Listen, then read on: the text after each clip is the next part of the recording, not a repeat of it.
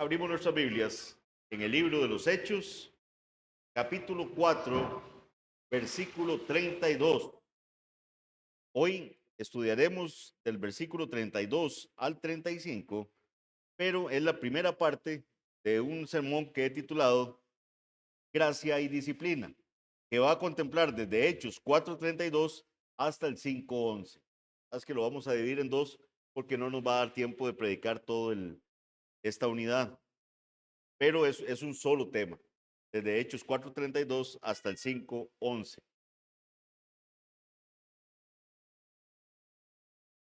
Voy a leer todo el pasaje completo, desde 4:32 hasta el 5:11, que es lo que estaremos hablando entre hoy y el próximo domingo. Ya hoy abarcamos, ¿verdad?, una nueva sección, ya hemos salido de todo lo que rodeaba, ¿verdad?, la sanidad del cojo. Entonces Lucas nos va a empezar a contar qué más pasaba en la iglesia que empezaba a formarse, ¿verdad? Esta iglesia primitiva, como le vamos a decir, porque es de la primera, ¿verdad?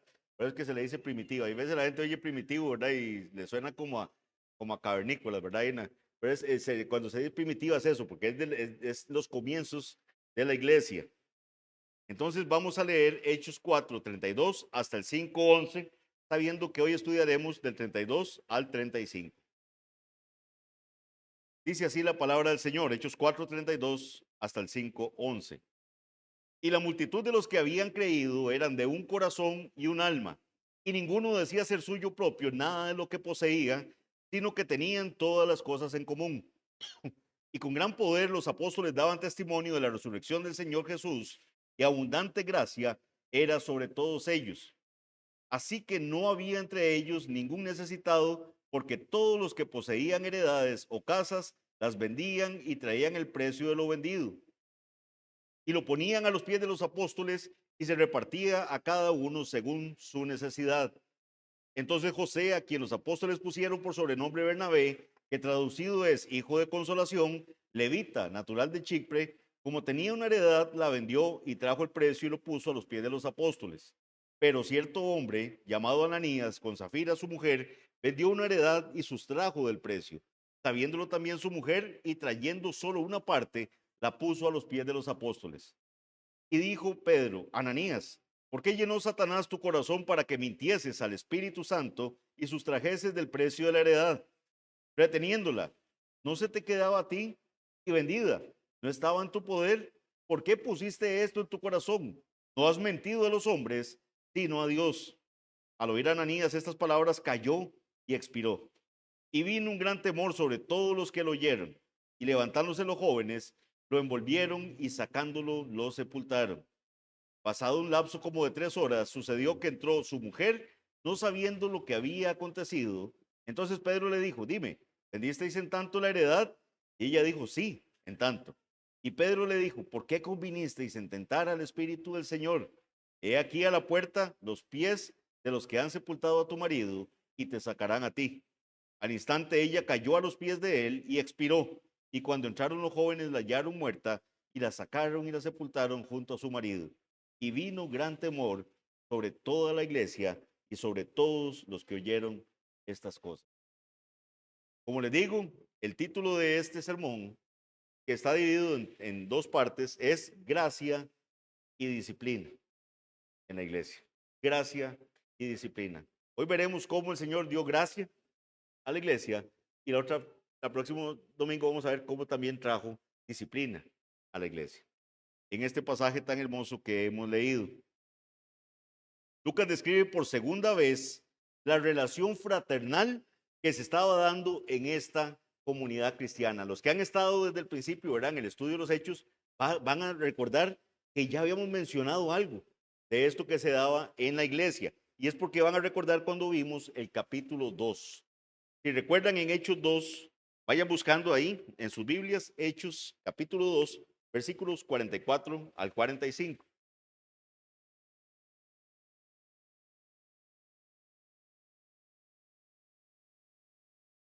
Hechos 2, 44 al 45. Recuerdo cuando estuvimos por ahí que yo les decía, más adelante vamos a ver, ¿verdad?, con más detenimiento esto, pues ya llegó más adelante. O sea, estamos, ¿verdad?, viendo lo que mencionamos en aquel momento, En Hechos 2, 44, 45, recordemos, dice, todos los que habían creído estaban juntos. Eso es muy importante. Vean que Lucas constantemente nos dice que la iglesia del Señor estaban juntos. Nos va a decir, están unánimes, están juntos, ¿verdad? Es un solo corazón, ¿verdad? Entonces dice que todos los que habían creído estaban juntos y tenían en común todas las cosas. Nos dice Hechos 2, 44. Dice 45, y vendían sus propiedades, sus bienes, y los repartían a todos según la necesidad de cada uno. Ahora la describe con mayor detalle, ¿verdad? Ahora lo que vamos a ver en este capítulo 4 y el capítulo 5 es cómo nos va a detallar más Lucas de qué se trataba esto. ¿Qué es lo que pasaba aquí en la iglesia? El hecho de que se mencione 2 veces en el libro nos dice algo, ¿verdad? Nos dice que este no es cualquier tema, o sea, es algo que estaba pasando a los inicios de la iglesia. Es importante. Considerando el gran número de personas de esta congregación, la variedad de estratos sociales también que estaban aquí. ¿Por qué? Porque estaba llegando gente de todos, estaban llegando libres, esclavos, gentiles. Bueno, gentiles todavía no tantos, ¿verdad? Porque vamos a ver que van a llegar más gentiles pronto, ¿verdad? A la iglesia, pero sí estaba llegando gente de diferentes estratos sociales. Y eso nos va a dar una gran variedad de pensamientos, ¿verdad? De esas personas. Entonces es algo prácticamente notable y milagroso que Lucas nos dice que eran de un corazón y un alma. O sea, gente de diferentes estratos sociales, de diferentes realidades, de diferentes localidades. Recordemos, ¿verdad? Que cuando pasó lo de Pentecostés, está recién pasando todavía. ¿Qué pasó? Había judíos de todas las naciones, ¿verdad? Entonces tenemos gente con diferentes contextos culturales, pero nos dice que eran de un corazón y un alma. Eso nos dice mucho del pueblo del Señor. Aquí ya vemos gente que tenemos diferentes historias, diferentes lugares en los cuales nos hemos criado, diferentes circunstancias, ¿verdad? En esa crianza de cada uno de nosotros, pero el Señor nos llama a ser de un solo corazón y una sola alma. Era un vivo ejemplo de la unidad por la que el Señor había rogado. ¿Se acuerdan que cuando Jesús está orando por sus discípulos, una de las cosas que él le pedía al Padre era que fueran uno, que fueran uno? Eso lo vemos en Juan 17, 9 al 11. Juan 17, 9 al 11, vean lo que dice. Y este es uno de los versículos más controversiales, ¿verdad? Cuando la gente quiere eh, defender el honor de Jesús y defender el honor de Dios, ¿verdad? De que es una cuestión, ¿verdad? De que Cristo murió por todos y que ahí está, ¿verdad? Depende del hombre llegar a tomar ese regalo que Jesús tiene ahí para todos. Este es un versículo controversial para ellos y les choca, ¿verdad? En la mente. Porque vean lo que dice Jesús acá en Juan 17, 9 al 11. Yo ruego por ellos, hablando de los apóstoles, yo ruego por ellos, no ruego por el mundo, sino por lo que me diste. Nuevamente, yo ruego por ellos, no ruego por el mundo, sino por los que me diste, porque tuyos son, y todo lo mío es tuyo, y lo tuyo mío, y he sido glorificado en ellos. Y ya no estoy en el mundo, mas estos están en el mundo, y yo voy a ti. Ya el Señor está orando por ellos porque Él va pronto a ser sacrificado, a ser muerto en la cruz, y Él va a resucitar y ascender al Padre. Y está haciendo su oración por sus apóstoles, pero más que por ellos también, por los que van a creer. Vamos a ver más adelante. Ruego su atención. Yo ruego por ellos, no ruego por el mundo, sino por los que me diste, porque tuyos son, y todo lo mío es tuyo, y lo tuyo mío, y he sido glorificado en ellos. Y ya no estoy en el mundo, mas estos están en el mundo, y yo voy a ti. Padre Santo, a los que me has dado, guárdalos en tu nombre, para que sean uno, así como nosotros. Vean que el ruego del Señor que es que su iglesia sea uno, que sus apóstoles sean uno. Y dice también en los versículos 20 al 21, mas no ruego solamente por estos, sino también por los que han de creer en mí por la palabra de ellos, para que todos sean uno, como tú, oh Padre, en mí y yo en ti, que también ellos sean uno en nosotros, para que el mundo crea que tú me enviaste. Pero vean qué importancia más grande le da el Señor a la unidad de su pueblo, a la unidad de la iglesia. Ora por sus apóstoles que van a predicar, pero no solo por ellos, dice, sino también por los que van a creer por la palabra de ellos. Ahí el Señor está orando por nosotros también. Hemos creído por la palabra que los apóstoles dejaron acá escrita, inspirada por el Espíritu Santo, la santa palabra del Señor, el fundamento de los apóstoles, que es en lo que perseveraba la iglesia. Y eso es lo que hemos perseverado acá también. Ahí Cristo está orando por nosotros. ¿Y cuál es la oración de Él? Que seamos uno. Y eso es lo que nos va a tener que estar martillando en la predicación el día de hoy. El preguntarnos si estamos en una sola alma, en una sola mente, y somos uno. Porque para el Señor es importante. Él oró por eso. Era su anhelo, era su oración, que la iglesia fuera una.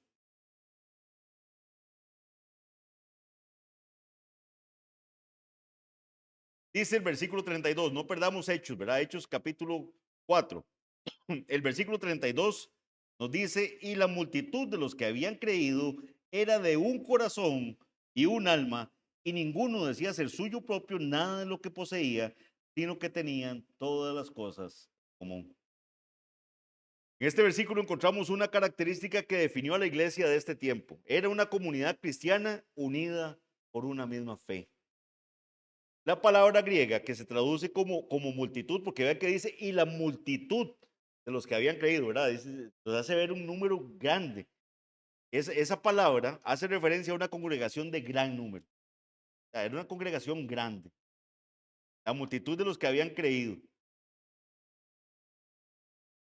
Ya hemos visto que ¿verdad? De aquellos 120 que iniciaron, ya el Señor había multiplicado muchísimo a los que venían creyendo el Evangelio. Recordemos que la iglesia, como les digo, inició con esos 120 creyentes, pero después de la predicación que se dio en Pentecostés, la iglesia se había multiplicado rápidamente.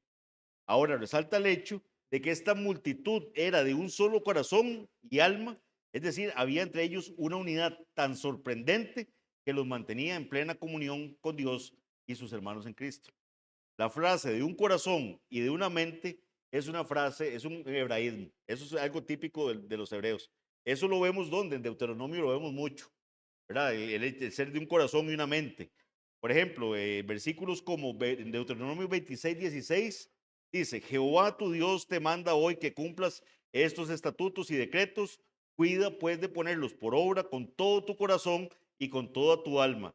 Y es parte, ¿verdad? También del resumen que se da de los 10 mandamientos en Marcos 12, que dice, y amarás al Señor tu Dios con todo tu corazón y con toda tu alma, con toda tu mente. Es esa misma idea. Pero ellos dicen que la congregación era de una sola alma y una sola mente. Corazón y un alma, más bien es como dice el versículo 32. Ahora, veamos la parte final de ese versículo, del 32. Dice que ninguno decía ser suyo propio nada de lo que poseía, sino que tenían todas las cosas en común.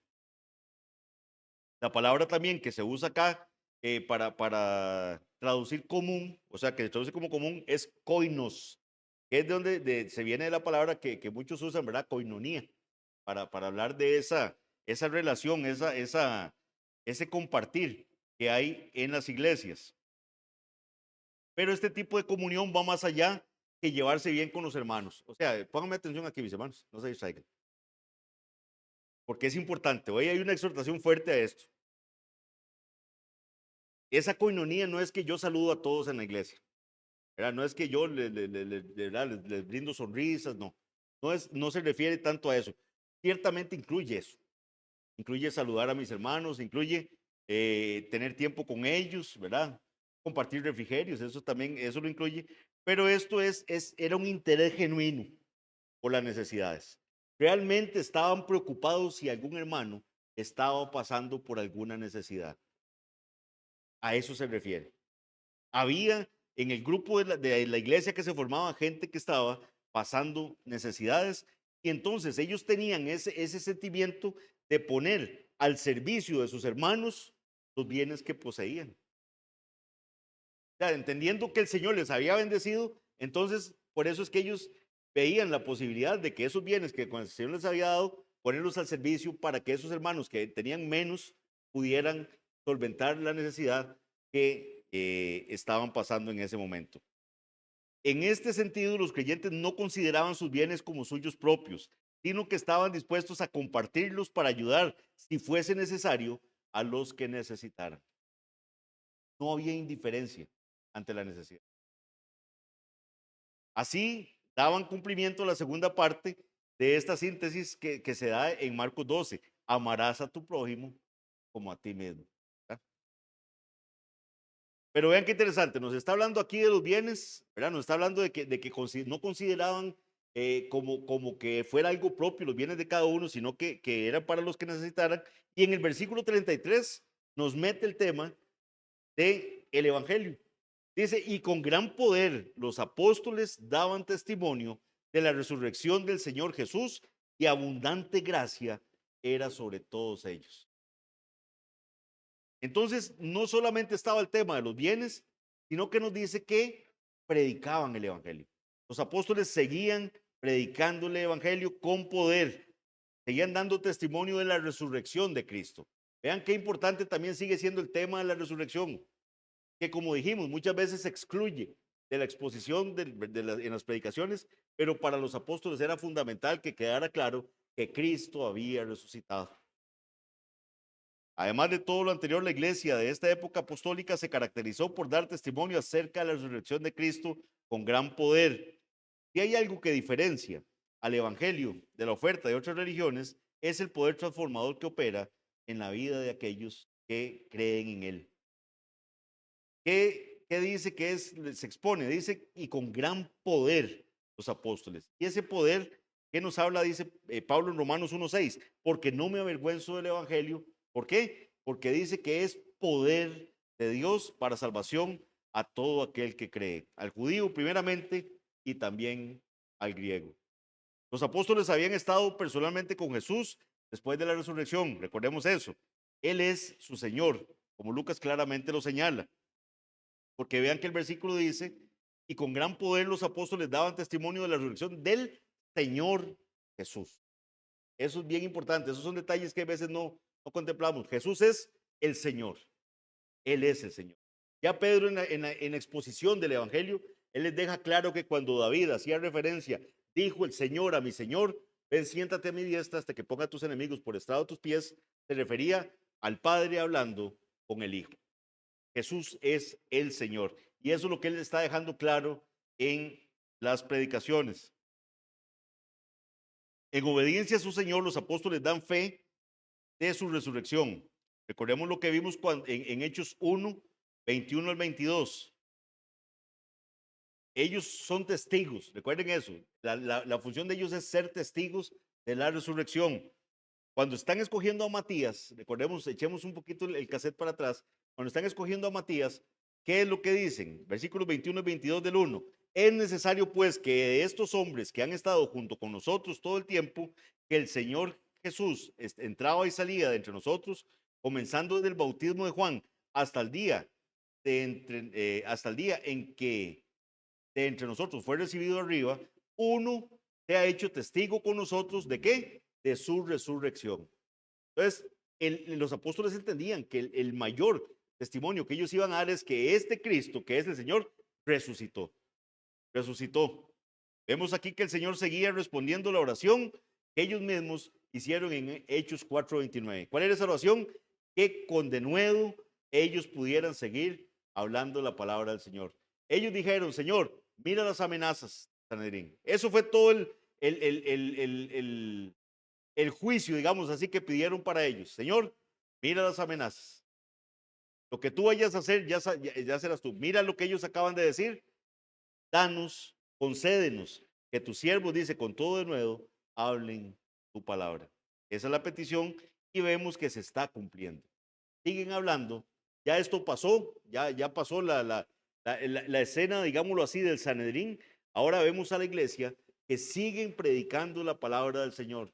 No hicieron caso a las amenazas. Con denuedo siguen predicando la resurrección de Cristo.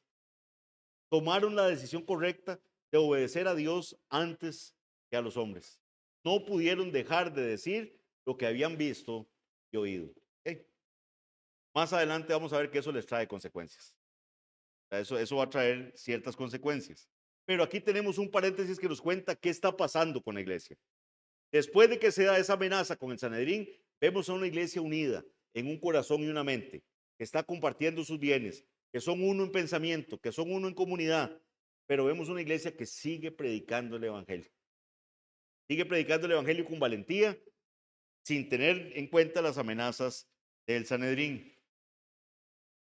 Y nos dice también el versículo que se veía la abundante gracia del Señor que estaba sobre ellos. Por eso cantábamos ahora lluvias de gracia, ¿verdad? Esa abundante gracia que el Señor les estaba dando. Esas palabras llaman mucho la atención porque si hay algo que el hombre necesita es la abundante gracia de Dios. La palabra gracia hace referencia a una bondad inmerecida de Dios, la cual actúa en la vida de las personas para sacarlas de su vida de miseria en el pecado a través de ofrecer el camino de salvación por medio de la fe en Jesús. Esta bondad inmerecida no solo se ve en nuestra salvación, el Señor nos da gracia todos los días, nos da de su gracia todos los días. Por eso cantábamos, de verdad ese himno es hermoso. La misma iglesia pide que el Señor nos dé su gracia. La vemos en cada aspecto de nuestras vidas, ya que Dios en su infinita misericordia y amor nos bendice a tal punto que esta bendición es evidente en nuestras vidas. Si no fuera por la bendita gracia del Señor, no estaríamos hoy acá.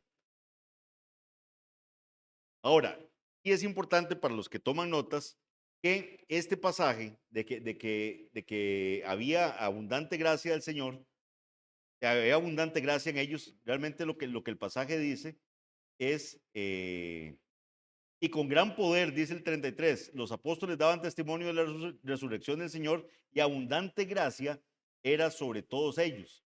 Entonces aquí ha habido como dos vertientes de interpretación de esta gracia. Unos, ¿verdad? Que lo han entendido como la superabundante bendición de Dios, que era dada, ¿verdad? A ellos. Y otros, ¿verdad? Han entendido el texto porque como no dice Dios ahí, ¿verdad? Sino que dice que abundante gracia era sobre ellos, han entendido que el término gracia hace referencia a que los que estaban residiendo ahí en Jerusalén veían con simpatía a los creyentes, ¿verdad? Como que cayeron en gracia con los que estaban ahí, con los pobladores. Entonces, es importante que tengamos las dos vertientes. ¿Por qué? O sea, sí es evidente que los habitantes de Jerusalén observaban, ¿verdad? Lo que los cristianos estaban haciendo, que proveían para las necesidades los unos de los otros. Eso no era normal. Lo normal en una sociedad es la indiferencia, ¿verdad? Esta comunidad que se estaba formando, había gente que tenía bienes, otros que no tenían bienes, y los que tenían bienes, de lo suyo agarraban para compartir con los que no tenían bien. Y eso lo tuvo que haber visto el pueblo. Eso lo veía el pueblo. Oían a los apóstoles predicar la doctrina de la resurrección de Cristo también, el pueblo, y eran testigos del inherente poder que tenían por la presencia del Espíritu Santo. No hay duda de que el pueblo inicialmente se formó una impresión favorable de la comunidad cristiana. Eso lo vimos en Hechos 2, cuando estudiamos Hechos 2. En el mismo pasaje que leímos, pero más ampliado, vean lo que dice el 44 al 47. Pongan atención a esto. Todos los que habían creído estaban juntos y tenían todas las cosas en común. Vendían todas sus propiedades y sus bienes y los compartían con todos según la necesidad de cada uno. Día tras día continuaban unánimes. ¿Ven cómo Lucas usa ese montón de esos términos de juntos, unánimes? Unánimes significan un solo ánimo. Dice, día tras día continuaban unánimes en el templo y partiendo el pan en los hogares, comían juntos con alegría y sencillez de corazón, alabando a Dios. Y aquí, ojo, aquí es donde viene el término, ¿verdad? También que por qué muchos interpretan que es que cayeron en gracia, porque dice aquí, y hallando favor con todo el pueblo. Dice el versículo 47 de Hechos 2, y hallando favor con todo el pueblo, y el Señor añadía cada día el número de ellos, los que iban siendo salvos. Así es como se traduce mejor ese versículo, los que iban siendo salvos. Entonces ese hallar favor con el pueblo es los que algunos interpretan que aquí se refiere con que abundante gracia les era dada. La palabra griega que Reina Valera traduce como abundante es mega. O sea, era una mega gracia. Entonces vea que nosotros ese mega lo usamos así, ¿verdad? Cuando es algo grande, ¿verdad? O sea, algunos negocios se ponen ahí mega ofertas, ¿verdad? Entonces cuando usted llega ahí con unas grandes ofertas, ¿verdad? Que van a dar. Entonces era una mega gracia la que estaba siendo dada a la iglesia. Por tanto, considero que a la luz de lo que hemos visto en estos versículos, es correcto llegar a la conclusión de que la gracia de Dios que actúa sobre el creyente es abundante, ilimitada, enorme, en gran manera y es evidente, lo cual no excluye el hecho de hallar el favor del pueblo. ¿Por qué? Porque es que veamos que eso también es por gracia del Señor. Eso no lo lograron ellos por sus propios méritos. Eso es algo, eso es una bondad de Dios. Vamos a ver más adelante que ya la iglesia no era tan bien vista en algunos lugares, al punto de ser vistos como locos o problemáticos, ¿verdad? Perseguidos por mucho tiempo en la historia. Por eso tenemos que ver esto que está pasando ahorita en la iglesia primitiva como algo sorprendente, un gran milagro del Señor que está pasando en la formación de este grupo que está predicando el Evangelio. Versículos 34 y 35. Estamos en el capítulo 4, versículos 34 y 35. Así que no había entre ellos ningún necesitado. Pasamos nuevamente del evangelio que están predicando los apóstoles. Otra vez Lucas trae al tema de los bienes, al tema de las necesidades dentro del pueblo del Señor. Así que no había entre ellos ningún necesitado, porque todos los que poseían heredades o casas las vendían y traían el precio de lo vendido. Y lo ponían a los pies de los apóstoles y se repartía a cada uno según su necesidad. ¿Saben por qué estos pasajes muchas veces la gente no les pone atención o creen que no hay una buena predicación para ellos en esto?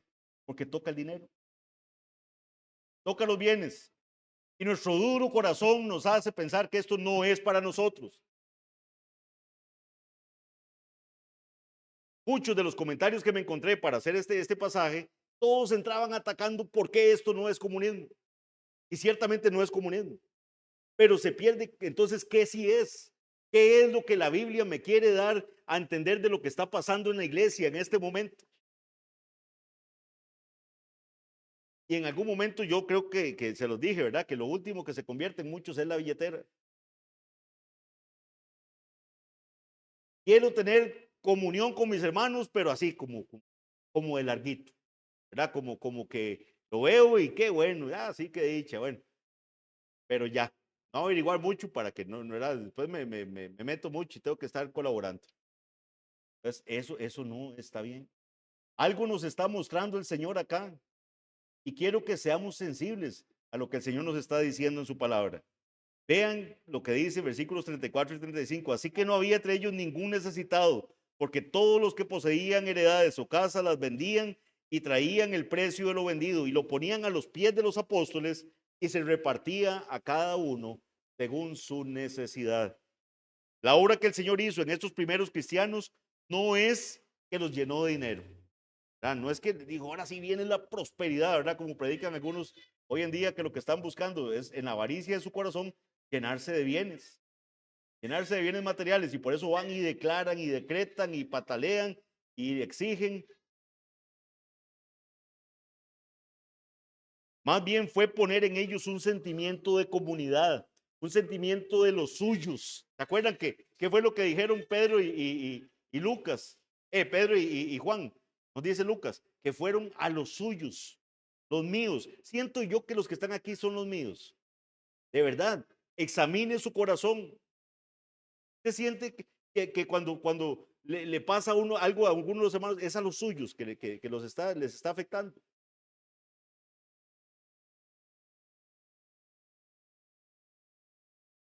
Fue poner en ellos un sentimiento de comunidad, de hermandad, de personas cercanas que comparten tanto riqueza como pobreza, para que nadie llegara a tener un estado donde no podía comer, no podía, por la pobreza que le estaba afectando.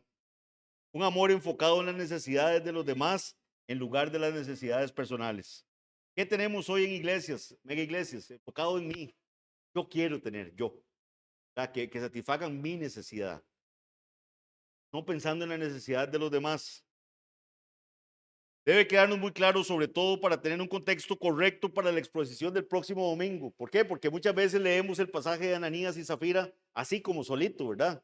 Y no vemos el contexto de lo que viene sucediendo, de lo que nos viene contando Lucas acá en Hechos. Entonces, tiene que quedarnos claro que no todo cristiano vendía su propiedad. Eso no es lo que está diciendo el pasaje. No todos lo vendían. Y vamos a ver el otro domingo cómo se le dice a ellos, miren, si usted se lo hubiera retenido, era suya. Era suya. Eso es lo que le está diciendo Pedro, le dice a Ananías. Vamos a ver cuál fue el pecado de ellos la otra semana. No todo cristiano vendía su propiedad para entregarla al bien común, como han afirmado algunos comunistas. O sea, algunos comunistas sí dicen que aquí está el comunismo en la Biblia, vea, todos tienen que vender todo y tráiganlo y aquí todos vivimos de... No, eso no fue lo que pasó. Lo que se celebra aquí no es una vida perfecta, de perfecta comunidad, ¿verdad? En el sentido de que cada posesión pertenece de manera equitativa a cada persona, sino una vida de compasión, compasión dentro de la comunidad cristiana. Versículo 35, ¿qué nos dice? Que ellos ponían a los pies de los apóstoles el producto de la venta de sus bienes. Algunos estudiosos han dicho que la forma, el lenguaje que se usa en el original hace ver que no fue una venta de una liquidación total de los bienes, sino que conforme iban viendo la necesidad de la gente, iban vendiendo bienes. O sea, que si se necesitaba más, iban vendiendo más bienes hasta que solventaban las necesidades de los más pobres. Y era una cuestión voluntaria. ¿Qué significa que ponían el dinero a los pies de los apóstoles? Poner algo a los pies de otra persona era un gesto de sumisión. Era un gesto de sumisión. La sumisión de estos cristianos no se dirige a los apóstoles, sino al Señor que los escogió para servirles. O sea, no eran ellos por ser ellos, es que el Señor los puso ahí. Claro, el Señor los mandó como sus testigos. Entonces, por eso les tenían esa sumisión a ellos. Los apóstoles se hacen cargo de suministrar la propiedad, de repartir, digamos, esa propiedad que reciben, propiedad que administran en el nombre del Señor. ¿Qué vamos a hacer? ¿Qué vamos a ver pronto? Que eso no les funcionó, ¿verdad? Que no les funcionó, ¿por qué? Porque entonces vieron que les estaba distrayendo mucho de su labor de predicar el evangelio. Pero vean que la Biblia nos pone las cosas tal cual. Eso es lo que empezó a pasar en la iglesia. Ellos vendían los bienes y traían el dinero a los pies de los apóstoles. Y eran los apóstoles los que se encargaban de hacer esa distribución conforme iban viendo la necesidad de algunos dentro de la comunidad de la iglesia. ¿Qué va a pasar después? Van a tener que elegir diáconos. Y el Señor sigue moldeando su iglesia. Va a determinar qué es y cuál es la mejor forma de que se administren esos bienes en la iglesia. Igual que Moisés, que eligió a personas para ayudarle con tareas diarias, estos apóstoles le pedirán a la iglesia que elija a 7 varones de buen testimonio. Eso lo veremos cuando veamos el capítulo 6. ¿Qué nos dice el versículo 35? Ya para ir terminando. Hoy era pequeñito, pero era necesario hacer esta introducción, porque si no, no vamos a entender bien la otra semana. El versículo 35, la última parte dice, y se repartía a cada uno según su necesidad. Vean que no era una cuestión de bienes comunes para todos, ¿verdad? No, sino que es el producto de esa venta de esos bienes que hermanos voluntariamente trajeron era para solventar necesidades de algunos en la iglesia, los más necesitados. Se repartía a cada uno según su necesidad. Este es el propósito de las ofrendas. Utilizarlas para proveer para las necesidades de los hermanos, no para satisfacer la avaricia humana. Por eso, mis hermanos, también aquí pedimos que traiga lo que usted ha dispuesto para el Señor. Es su deber. Acá tenemos que seguir predicando el Evangelio. Vean que la forma en que se mantenía unida esta iglesia era predicando el Evangelio y proveyendo también para las necesidades de los miembros de esta iglesia. Eso es lo que estamos haciendo acá. Predicando el Evangelio y proveemos para las necesidades de las personas que están pasando por algún momento difícil. Si usted retiene lo que es del Señor, no está haciendo algo bueno delante de los ojos del Señor. Y hay que analizar por qué lo está haciendo. ¿Por qué usted está reteniendo algo que no es suyo? Y eso es lo que vamos a ver también la próxima semana. ¿Cómo aplicamos estos pocos versículos que leímos hoy? ¿Cómo podemos traer a hoy eso que acabamos de ver? La unidad, la unidad de la iglesia, una sola mente, un solo corazón. Eso es un tema clave para la iglesia. Es un tema clave para la iglesia y se ha abandonado mucho.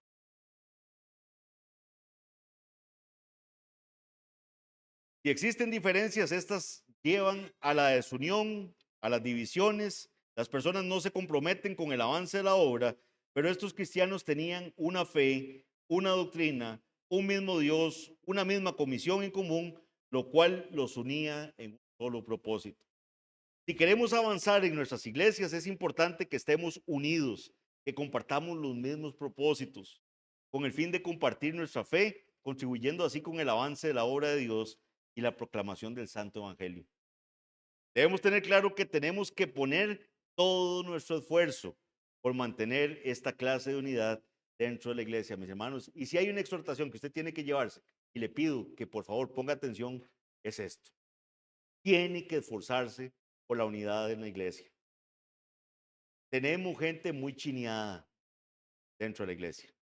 Que si me ven feo me enojo. Que si me dicen y eso me voy. Que conmigo no se metan en tal tema. Efesios 4:3 hay un mandato del Señor, no es una sugerencia, hay un mandato. Esfuércense por mantener la unidad del Espíritu mediante el vínculo de la paz. Es un esfuerzo. Requiere que pongamos de nuestra parte para que estemos unidos. ¿Qué está haciendo usted para estar unido con su iglesia? ¿Qué está haciendo usted para estar unido con sus hermanos? Si usted tiene esa frase, ¿verdad? Tan detestable que había en un humorista de hace muchos años que decía, porta a mí, ¿verdad? Que, bueno, porta a mí, ¿qué está pasando? Eso no va en el cuerpo del Señor. Eso no va en el cuerpo del Señor. Niñerías. Se requiere un esfuerzo, de verdad, poner de nuestra parte para mantener la unión en la iglesia. Estos hermanos no estaban así porque no, se esforzaban por estar unidos. De verdad había un verdadero interés. Si usted está pensando solo en usted, nunca va a alcanzar la unidad con la iglesia. Si usted está pensando, ¿quién me vio feo? ¿Cómo me sentiría yo mejor? Aquí no me siento bien porque no me dan tal cosa. Usted está haciéndose el centro de la iglesia y eso no está bien. Usted tiene que esforzarse, usted tiene que dar. Y eso es lo que la iglesia está mandando. Perdón, la palabra del Señor nos está mandando en Efesios 4:3. Esfuércense por mantener la unidad del Espíritu. Y si aquí dice esfuércense es porque no es fácil. No es fácil, no todos, ¿verdad? Somos qué bonito, ¿verdad? Es que es tan fácil hablar con el hermano tal, es tan fácil hablar con la hermana tal. No, es difícil, hay veces. ¿O usted cree que usted es simpatiquísimo y que no tiene errores? No, se requiere un esfuerzo, pero póngalo usted también de su parte. Nos debe importar la iglesia del Señor. Dejémonos de niñerías, berrinches como los chiquitos malcriados que si se enojan, agarran la bola y se van, ¿verdad? Y se terminó la mejenga. ¿Qué tanto esfuerzo está poniendo usted para que se dé esa unión que vemos aquí? Esa unión que lamentablemente pocas veces la vamos a ver después de este libro, Los Hechos. Vamos a ver iglesias que estaban divididas. Nos va a hablar de las divisiones en las iglesias, nos va a hablar de los abusos en los dones, nos va a hablar de un montón de cosas. Muchos han llegado a decir que es mentira lo que decía Lucas ahí. No puede ser. Seguro era el ideal. ¿Verdad? Algunos comentaristas ponen que era el ideal que ponía ahí de cómo debía ser llegar a ser la iglesia. No, eso estaba pasando en la iglesia primitiva. Eso estaba pasando. Era tal la unidad que la gente no podía ver que un hermano estuviera en una necesidad. ¿Por qué eso es inalcanzable? ¿Será por nuestro duro corazón? Hagámonos el propio de decir, voy a dejar de pensar en mí mismo. Voy a buscar de verdad preocuparme por mi hermano, por mi hermana. Vean, esa unidad, trasládela hasta los hogares también. Es lo mismo. Si usted se centra en pensar en usted mismo, nunca va a haber unidad en los hogares.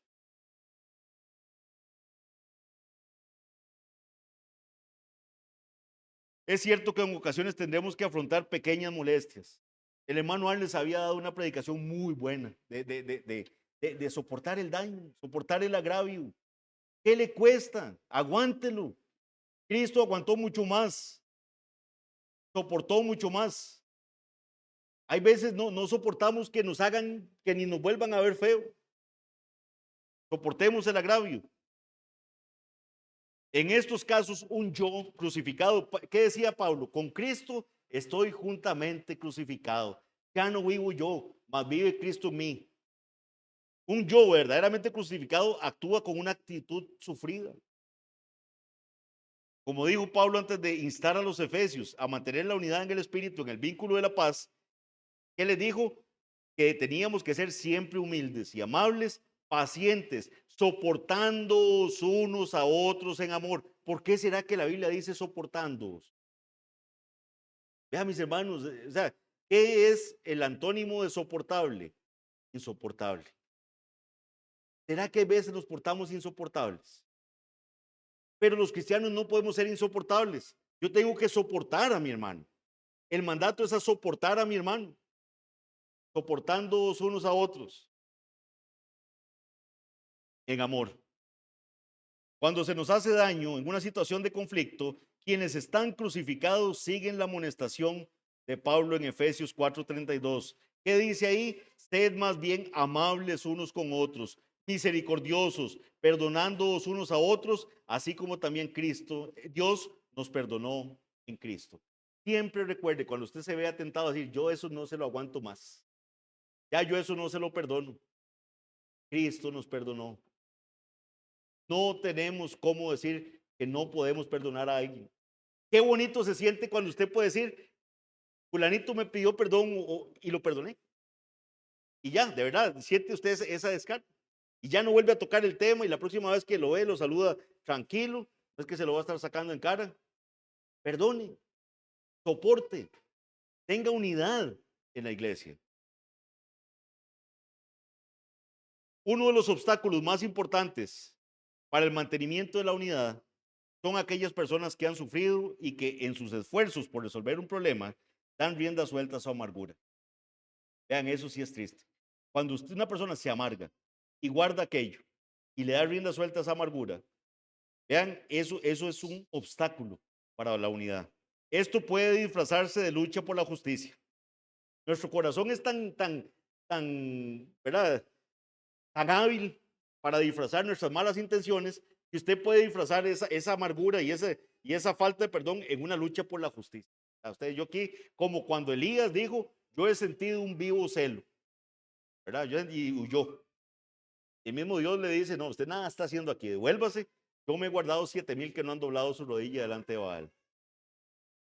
Esto puede disfrazarse de lucha por la justicia o la verdad, pero lo que de hecho pretende es indicar un ego dolido. Usted lo que está es dolido de que le tocaron su ego. Un yo crucificado no insiste en salirse con la suya. Más bien la Biblia llama todo lo contrario. Nos dice en 1 Corintios 13:5 que el amor no busca lo suyo. Entonces, si nosotros estamos constantemente, no, yo soy el que tengo la razón, me da cólera, ¿cómo es que no entiendo? No importa, al final, lo importante es que tengamos unidad como iglesia. Valoremos esto. Vean qué lindo lo que leímos eso. ¿No nos encantaría que en Ibra, de verdad, no ha quedado alguien sin trabajo cuando ya esté todo el mundo encima viendo a ver si necesita algo y se le puede servir, o que alguien está enfermo? Vean, mis hermanos, y es que en todo esto necesitamos ser exhortados, porque hay veces no pensamos solitos en esas cosas. Que alguien está enfermo en una casa y digamos que tiene hijos y todo, y no se nos ocurre, ¿y cómo estar haciendo para atender tal cosa? ¿Cómo estar haciendo para cocinar? ¿Cómo estar haciendo para poder salir con la lavada de ropa? ¿O cómo estar haciendo? Y como si no fuera con nosotros. Y por eso tenemos que crecer en amor, tenemos que crecer en unidad. Estamos en este mundo y somos una familia. A mí me pegó muchísimo cuando decía que los apóstoles fueron a los suyos. Yo quiero que todos sintamos que cuando venimos aquí estamos con los nuestros. ¿Usted se siente en familia? Usted se siente parte de la iglesia. Usted siente, por ejemplo, que Arles es su familia, o que Eduardo es su familia, o Joan, o Robert. O sea, que son de los míos, de verdad. O ni siquiera los conoce. Es que mis hermanos, vean cuánto tenemos que trabajar. Por eso nos llama a esforzarnos en la unidad. No nos estamos esforzando.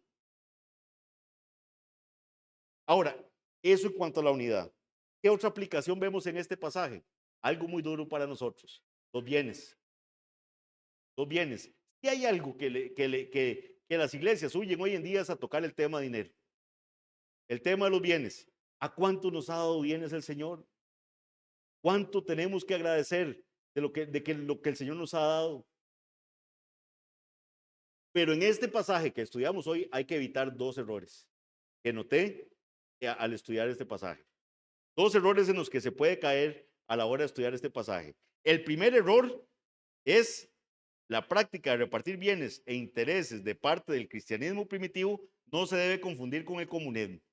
Ya no es que le digo, mire, y aquí ya nadie puede tener bienes, ahora vendan todo y lo traen todo y aquí lo administramos. Eso es lo que hacen los gobiernos comunistas.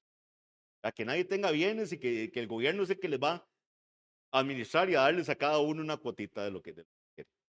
Eso no es lo que pasó en el libro de los Hechos.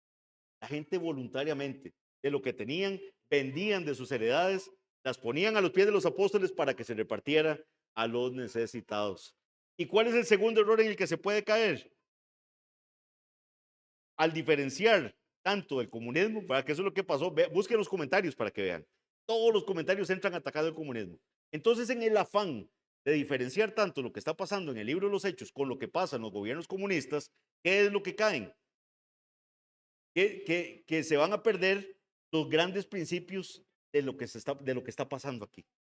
Van a dejar de ver lo que realmente sí está pasando en este momento. Este repartimiento cristiano tenía poco en común con el comunismo de hoy en día, sin embargo, sí tenía mucho que debe caracterizar a los cristianos que estamos hoy en día.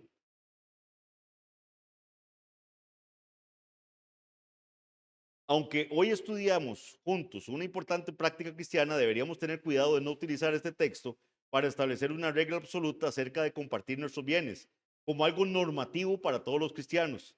Hemos de verlo más bien como un desafío en relación con nuestra actitud hacia los demás hermanos dentro del cuerpo de Cristo y también hacia la prosperidad que el Señor nos ha dado. Que pensemos, ¿qué tanto estoy yo compartiendo con mis hermanos las bendiciones que el Señor me ha dado? ¿Qué tanto estoy compartiendo con la iglesia las bendiciones que Dios me ha dado? O estoy así, ¿verdad? Cerradito, como Ebenezer Scrooge, ¿verdad?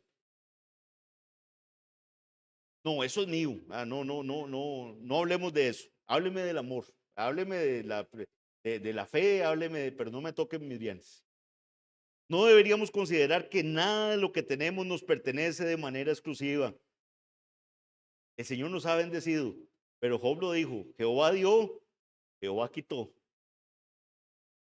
Sino que es ante todo propiedad de Dios. Lo que tenemos nos lo ha dado el Señor y es del Señor. Somos administradores suyos. Él espera que hagamos un uso sabio de los bienes que Él nos ha dado. Deberíamos esforzarnos para que en el cuerpo de Cristo no haya necesitados. Ver cómo puedo servir a mis hermanos con los bienes que el Señor me ha dado. Pocas veces pensamos en eso, mis hermanos. Que esta exhortación no la vean, no digan, qué pereza, es que otra vez el pastor se puso a regañar. No, vean, yo lo que quiero es que de verdad un pasaje tan hermoso como este no pase desapercibido. No pasemos, ay, qué bonito la unidad que se daba en el libro de los Hechos. No, yo quiero ver esa unidad aquí en la iglesia. Voy a esforzarme por la unidad. Esfuércese. Y vamos a esforzarnos para bendecir a otros con los bienes que el Señor nos ha dado. Esto es muy interesante. Bueno, también, aparte en estos bienes, también quiero, antes de terminar, hacer otra aplicación. Y es ver lo que pasaba con el dinero, ¿verdad? Cómo entraba, cómo ingresaba a ese fondo común de la iglesia, ¿verdad? Ellos qué hacían, lo ponían a los pies de los apóstoles. Ahora, esto no está creando aquí una regla. Esa es la parte que tenemos que tener cuidado. Vean que más bien después Hechos nos va a decir que no les funcionó eso. ¿Por qué? Porque los apóstoles no tenían tiempo para estar sirviendo a las mesas. Entonces, porque hubo reclamos, ¿se acuerdan? Ya la unidad empezó a quebrarse un poco.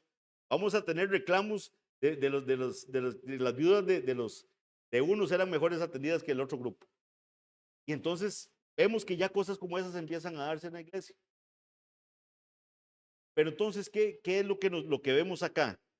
No tiene que ser necesariamente, pero está interesante que si usted quiere dar algo, lo pueda traer a la iglesia y se le dé a esa persona. Ahora, no hagamos de esto un dogma, ¿verdad? ¿Por qué? Porque también a mí me dice Santiago 2, del 15 al 17, dice que si un hermano y una hermana o una hermana están desnudos y tienen necesidad del mantenimiento de cada día, y alguno de vosotros le dice, vea que está hablando con el hermano. Ven que en el pasaje de Santiago yo veo a alguien que está pasando necesidad en la iglesia. Y entonces, ¿qué es lo que Santiago critica? Que esta persona le dice, id en paz, que Dios lo acompañe, id en paz, calentados y saciados. Eso es como que yo veo a alguien que está pasando una necesidad en la iglesia y le digo, que Dios me lo acompañe, tenga fe, va a ver que le va a ir bien. Y nada más. Eso pasó.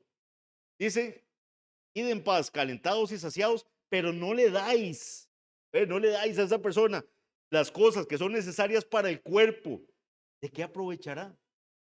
Así también la fe, si no tiene obras, es muerta en sí misma. Entonces vean que está la posibilidad de que yo esté hablando con un hermano, me entero de que ese hermano tiene una necesidad, yo puedo darle a ese hermano. Vean que no, la Biblia no corta esa posibilidad, también existe.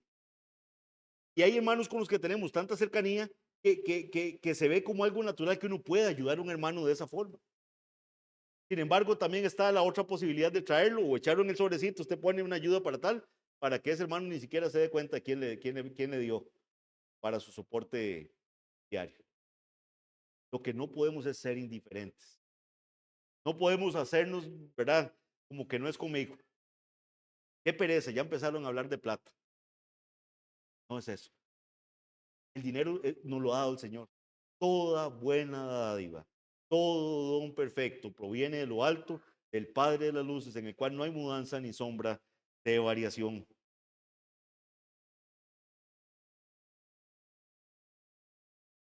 Meditemos en esto. Un mensaje más corto hoy, pero creo que el mensaje es contundente. La unidad, el preocuparnos por los hermanos, poner los bienes que el Señor nos ha dado al servicio de los demás, los talentos que el Señor nos ha dado al servicio de los demás, es muy importante. Sobre todo, esfuerzo. Esfuércese en la unidad. Esfuércese para que usted sea parte de la iglesia, para que usted sienta que son los suyos. Están aquí. Oremos. Padre bendito, Señor, gracias por este texto, Padre. Muchas veces lo pasamos como inadvertido. Señor, hay una enorme enseñanza acá. Vemos tu iglesia, vemos cómo comenzaba a caminar como un organismo viviente, Señor, como un solo cuerpo, y tenían un solo corazón y una sola alma, Padre. Permite que acá, Alajuela, Señor, camine como un solo corazón, como una sola familia, Señor. Que seamos tolerantes los unos con los otros, que dejemos de vernos a nosotros mismos como el centro del universo. Y Señor, que podamos crecer como un solo cuerpo, teniendo amor por mis hermanos, viendo si necesitan algo, Padre bendito, poniendo al servicio de los demás los bienes que tú nos has dado. Señor, trae esa fuerte unidad, Señor. Trae eso, Señor, por lo cual Jesucristo oró, diciendo que tú bendijeras a tu iglesia para que fueran uno. Padre, que no menospreciemos algo, un elemento que para Cristo fue tan importante, que veamos cómo Satanás puede traer tropiezos a esta tu iglesia y flaqueamos en esa unidad. Que la gloria sea para ti, Padre. Ayúdanos a no ser tacaños, a no ser mezquinos y a bendecir, de verdad, Padre bendito, a otros con lo que tú nos has, con la bendición que tú nos has dado. Que la gloria sea para ti, guíanos en todo lo que hagamos esta semana. Padre, que no flaqueemos con los devocionales, que seamos intencionales en estar llamándonos los unos a los otros para ver cómo estamos como iglesia. Y Señor, que sigamos caminando juntos en este camino cristiano, puesto los ojos en Cristo, el autor y consumador de la fe. Gracias te damos en el nombre de Cristo Jesús. Amén.